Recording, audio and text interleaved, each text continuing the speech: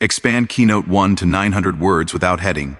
In the stark, unforgiving world of Alcatraz, a different kind of law governed the land.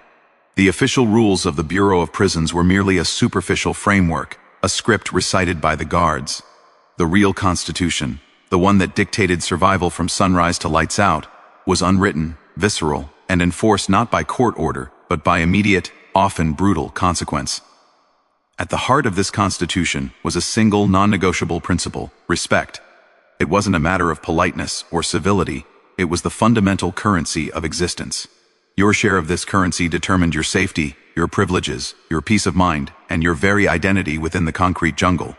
To have your respect publicly debased was not to suffer a slight, it was to undergo an economic collapse of the self, rendering you bankrupt and vulnerable to every predator in the yard.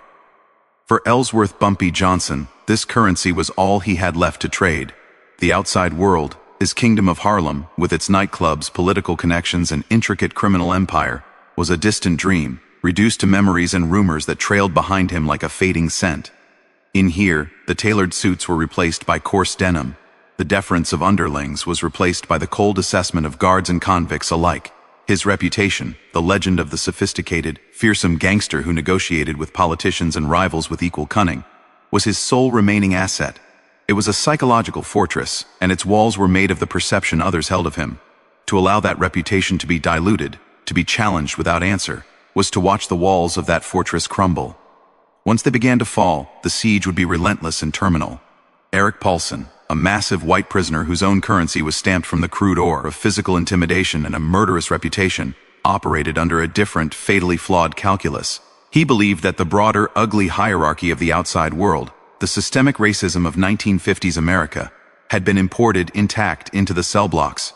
He saw in Bumpy not a fellow predator, not a man governed by the universal street codes of honor and retaliation, but a target delineated by race. In Paulson's view, the racial pecking order superseded the individual's standing. He mistook Bumpy's age, his smaller stature, and his reported composure for vulnerability. He believed he could extract psychological currency from Bumpy, bolstering his own standing among certain factions, simply by virtue of his size and the color of his skin, without having to pay the ultimate price that such a withdrawal should demand. This was the catastrophic misreading. Paulson failed to understand that in this ecosystem, the law of the jungle was a more ancient and impartial judge than the prejudices of society. The jungle does not care about your background, it cares about your capacity to assert your right to exist within it. A smaller, older panther is still a panther, and its claws are no less sharp. The code of the street, which Bumpy had mastered over decades, was in many ways purer and more brutally democratic than the society that had built Alcatraz. On the street, your word, your nerve, and your willingness to back your position with decisive action were your credentials. Disrespect was the opening gambit in a potentially fatal negotiation, and the required response was non-negotiable. For an entire week, Paulson tested this principle. The harassment, the racial insults were not mere childish taunts. They were strategic probes, like a wolf testing the reaction of a potential prey. Each slur, each provocation, was a deliberate devaluation of Bumpy's currency. It was Paulson publicly betting that Bumpy's reputation was a myth, that the fortress was empty. To ignore it, to complain to guards, would have been the ultimate confirmation of weakness. It would have broadcast that Bumpy's asset was counterfeit, that he was a figure of the past, unwilling or unable to defend his present. He would have become a marked man, not just by Paulson, but by every inmate looking for an easy score to elevate their own standing. The cafeteria, the most public of prison arenas, was the chosen ground for the final decisive market correction. When Paulson delivered his ultimate insult that day, he was expecting one of two reactions: a futile, rage-filled attack he could easily crush with his strength, or a silent, head-bowed submission he could forever exploit. What he received was the smile. This was the moment Bumpy's strategic mind, forged in 1,000 Harlem backroom dealings, asserted itself over blind animal reaction. The smile was the poker face of a man who has just seen his opponent's hand and knows he holds the winning cards. It was the calm of a general who has anticipated the enemy's advance and has already positioned his forces. In that instant, BP accepted the transaction Paulson had initiated. Paulson had offered a challenge to his respect. Bumpy, with that smile, set the exchange rate. The price for that challenge would be catastrophic. The subsequent violence, then, was not a crime of passion. It was a sovereign act of economic policy. It was Bumpy defending the integrity of his currency with overwhelming force. By removing Paulson's eye, he did more than win a fight. He executed a permanent market adjustment. He made the cost of disrespecting Ellsworth Bumpy Johnson astronomically, visibly clear to every single witness. The message was engraved in flesh and bone. This is the dividend paid out on an investment in disrespect. The principle of respect was so sacred that its violation demanded a consequence so memorable it would become a reference point for all future transactions. In doing so, Bumpy did not just reclaim his own standing, he reaffirmed the foundational law of the environment for everyone. He proved that in the jungle of Alcatraz, the currency of respect was universal, and its forgers, regardless of size or background, would defend its value to the uttermost extreme. Paulson learned, in the most visceral way possible, that the constitution of the concrete jungle was blind to the bigotries of the world outside its walls. The smile is the pivot upon which the entire violent mechanism of the story turns. To understand its danger, we must first dissect the expectations of the environment. Alcatraz was a theater of raw, unfiltered display.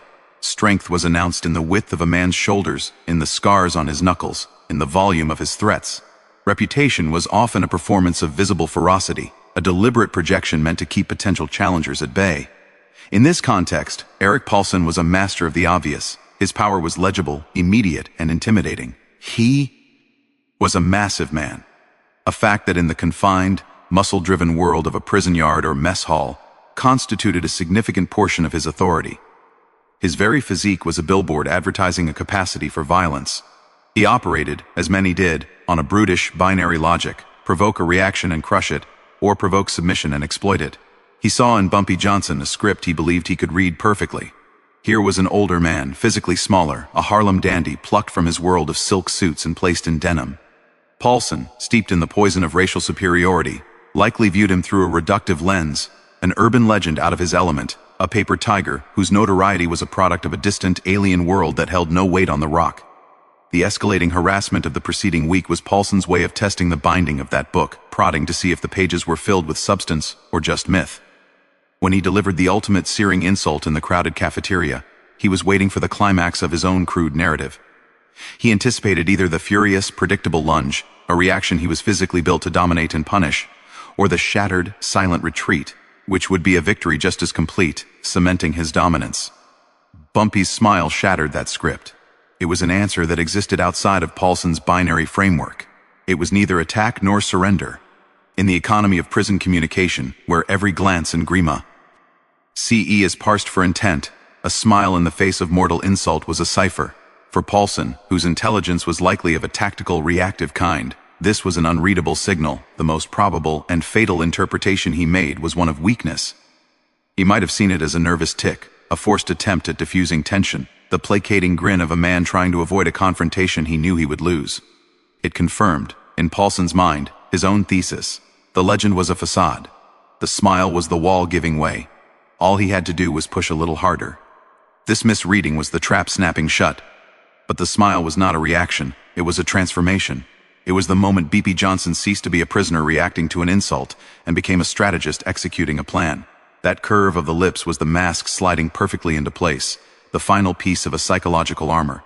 Behind it, his mind, an instrument honed by decades of navigating far more complex and treacherous landscapes than a prison cafeteria, was engaged in a cold, rapid calculus. The variables were being assessed: the terrain of the room, the proximity of guards, the witnesses, the tools at hand. The objective was being defined, not to win a fight. In a protracted brawl, a contest he would almost certainly lose against Paulson's sheer mass, but to end the conflict permanently, decisively, and in a manner that would resonate through the population like a gong.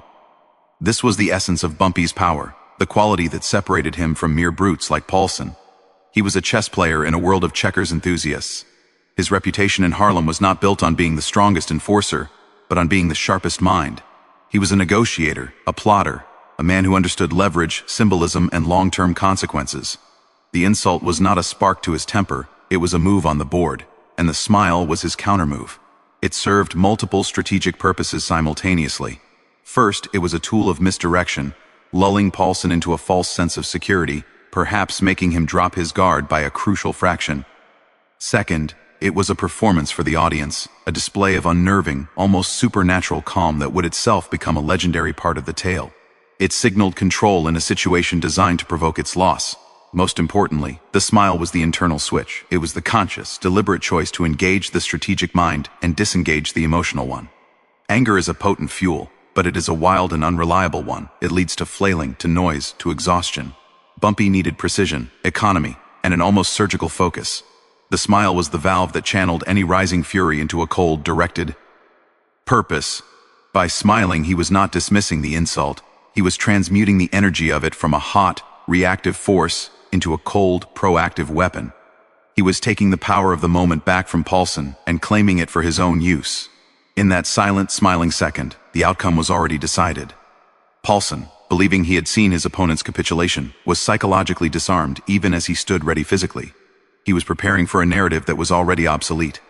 Bumpy was no longer the victim of the provocation. He had become the architect of the response. The violence that followed, therefore, was not the beginning of the conflict, but its meticulously chosen conclusion. The smile was the moment of conception for that act. It was the quiet, terrifying instant where a man decides that the only language his opponent will understand is one written in permanent, physical loss, and then coolly decides on the exact vocabulary to use. Paulson had insulted a man he thought was a relic. He had, in fact, provoked a strategist, and the smile was the only warning he would get, a warning he was utterly unequipped to decode. His strength was no match for a mind that could, in the space of a smirk, plan his ruin. The violence that erupted in the Alcatraz cafeteria on that October day was not notable for its raw savagery. Alcatraz, by its very nature, was a museum of human brutality. Men had been beaten to death with pipes in the workshops, shanked in the shower stalls, their gambling debts, and broken in the solitary confines of the hole until their minds unraveled. The prison was a pressure cooker where fury simmered and occasionally exploded in spectacularly gruesome ways. What made this particular event legendary, searing it into the memories of 17 separate witnesses, was not its intensity, but its chilling methodology. This was not a brawl, it was a targeted strategic operation. It was the difference between a thunderstorm, loud, chaotic, and indiscriminate, and a lightning strike, instantaneous, precise, and devastating in its singular focus. To appreciate the tactical genius of the act, one must understand Bumpy Johnson's inherent disadvantages. He was significantly older and smaller than Eric Paulson. A protracted physical contest was a losing proposition. To engage Paulson in a test of strength, to trade blows, would be to play directly into the larger man's only arena of expertise. It would be a battle of attrition Bumpy could not win, reducing the conflict to the very terms Paulson had chosen. For Bumpy, this was unacceptable. The response had to negate Paulson's advantages entirely, not contest them. It had to be so swift and conclusive that Paulson's size and strength became irrelevant before they could even be fully deployed. This demanded a shift in objective. The goal was not to win a fight in the conventional sense, to pound an opponent into submission. The goal was to achieve a permanent psychological victory through a single, irreversible act of incapacitation. The attack had to be a masterclass in efficiency. It had to exploit the element of surprise created by his own disarming smile, bypass Paulson's defenses, and deliver a consequence so profound it would serve as both an immediate solution and a lasting deterrent. The instrument of this consequence was as deliberate as the rest, the removal of an eye. The choice of target was not random cruelty, it was symbolic and tactical brilliance of the highest order. To maim a hand, break a limb, even slash a face, these were injuries that could heal, that a man could recover from and, fueled by vengeance, return from. But an eye? Its loss is absolute, irreversible, and carries a unique, primal horror. It is a violation of the self that resonates on a profound level. Tactically, it is instantly and catastrophically disabling. The shock, the pain, the sudden collapse of depth perception and half the field of vision. It renders even the strongest, most aggressive man helpless, confused, and consumed by a new, all-encompassing reality of injury. In a single motion, Bumpy didn't just hurt Paulson, he permanently altered Paulson's entire experience of the world. Furthermore, the eye is the window, the point of contact between the inner self and the outer world. To destroy it is a potent metaphor. Paulson had looked at Bumpy with disdain, with a belief in his own superiority. He had looked down on him, both literally and figuratively. By tacky, Bumpy was, in a horrifically literal sense, darkening that worldview, permanently marring the instrument of Paulson's prejudice. It was a punishment that fit the crime of perception in a way a broken nose or cracked ribs never could. It was a message written in a language of permanent loss. This is the cost of how you chose to see me. The execution of the act mirrored its conceptual precision. Witnesses emphasized its swiftness. There was no theatrical build-up, no circling, no shouted warning. It was the strike of a cobra, a blur of motion emerging from a state of unnerving calm. It likely utilized a weapon of opportunity, a spoon ground to a point, a shard of hardened plastic, something that could be concealed, accessed, and employed in the close quarters of a cafeteria bench. The tool itself was less important than its application, a focused, driving attack to a specific, small target. This wasn't a wild slashing or a clumsy bludgeoning. It was a grim, technical procedure. The aftermath completed the statement. The legend holds that Bumpy did not press a frenzied attack. Having delivered his surgical strike, he likely withdrew, allowing the consequence to unfold in all its terrible clarity. The spectacle was no longer his actions, but Paulson's reaction. The roar of agony, the clatter of a tray, the shocking, visceral evidence of the injury. The violence was self-contained, a closed loop. It had a clear beginning, the insult, a transformative middle, the smile, and the strike, and a definitive end, the permanent maiming. There was no need for further escalation because the point had been made, irrevocably and forever. In the annals of Alcatraz, where brutality was commonplace, this act stood apart because it was violence elevated to an art form. It was violence with a thesis statement. It demonstrated that supreme force was not about the greatest expenditure of energy, but about the most intelligent application of it. The other inmates, connoisseurs of conflict in a world defined by it, recognized the distinction immediately. They had seen men explode in rage. This was different. This was a man who had calculated in rage. The brutality they were accustomed to was often a form of communication, but it was like shouting, loud, emotional, and messy. What Bumpy did was like delivering a single, perfectly composed sentence that ended the conversation for good. It was the kind of violence that didn't just settle a score, it rewrote the rules of engagement for everyone who heard the tale. In a place designed to strip men of their power, Bumpy Johnson, for one definitive moment, wielded a power so absolute and terrifyingly precise that it became the stuff of permanent legend. The assault in the cafeteria was not the beginning of the story, it was the climax. For an entire week, Eric Paulson's campaign of racist harassment had been a spreading stain, a deliberate attempt to establish a new, ugly hierarchy within their unit. The insults, provocations, were not merely personal attacks on Bumpy Johnson, they were public performances. Each slur was a broadcast, a signal to every other prisoner, particularly those who might share Paulson's prejudices, or those who were simply watching to see where the new lines of power would be drawn. It was psychological terrorism with an audience. Bumpy was the immediate target, but the broader goal was to demoralize and intimidate by extension, to create a climate where such behavior was tolerated, even expected. In this, Paulson was not just challenging a man, he was testing the atmosphere of the entire block. This context transforms Bumpy's response from a personal act of vengeance into a strategic, communal intervention. He was not merely settling a score, he was performing a radical act of social sanitation. By focusing his overwhelming, decisive force on the primary instigator, he addressed the root of the infection, rather than just treating a symptom. The removal of Paulson's eye was a message with multiple cascading recipients, a single act of violence designed to recalibrate the social ecosystem for everyone. The first and most obvious recipient was Paulson himself. The consequence was absolute and personal. It answered the week's harassment with a finality that left no room for interpretation or future negotiation.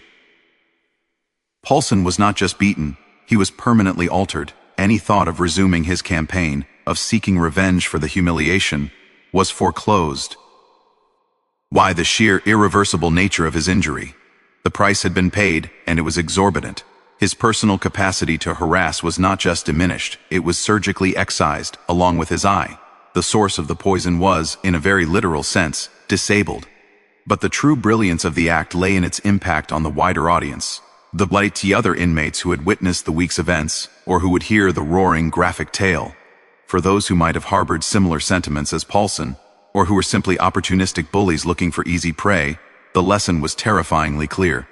Bumpy had demonstrated that the cost of launching such a racist campaign was not a fight you might win or lose, but a lifetime of physical and psychological disfigurement.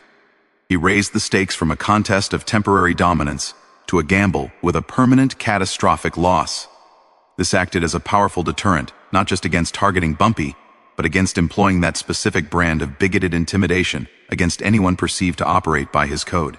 He had, in effect, established a new, severe tariff on that particular form of violence, making it economically unfeasible for the broader prison population, including those who may have been silently suffering under similar harassment, or who simply valued a semblance of order.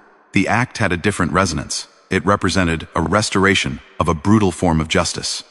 In an environment where the official guards often turned a blind eye to non-lethal inmate-on-inmate conflict, especially that tinged with racial animus, Bumpy became an agent of an older, more immediate law. He proved that, even within a system designed to crush individuality, agency could still be seized. That a man, when pushed beyond a certain point, could impose consequences so severe they would rewrite the local rules. His action carved out a zone of safety, not through pleas to authority, but through a demonstration of fearsome, personal sovereignty.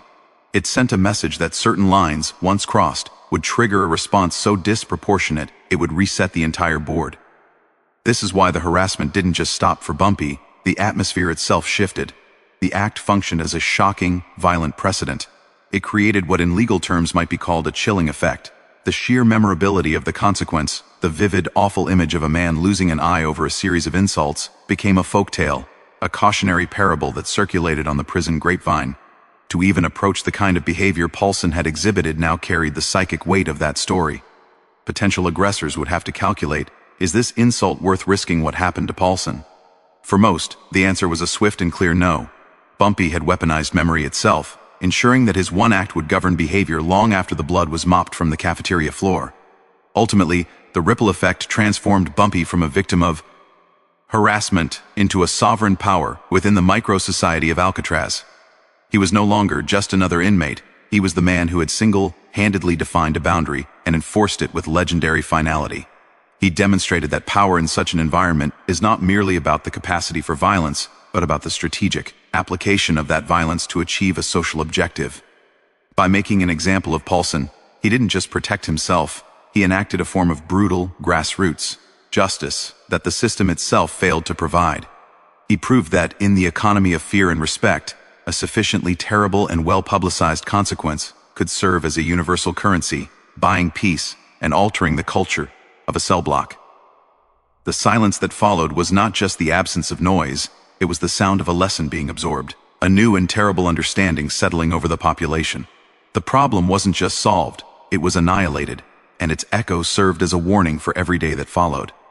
What happened in the Alcatraz cafeteria was more than a violent incident, it was the birth of an epic, a story perfectly forged to survive and resonate in the harsh, oral tradition of prison culture. The fact that 17 separate inmates, over a span of years, recalled and recounted the same essential narrative to chroniclers isn't a testament to its brutality alone, but to its mythic structure.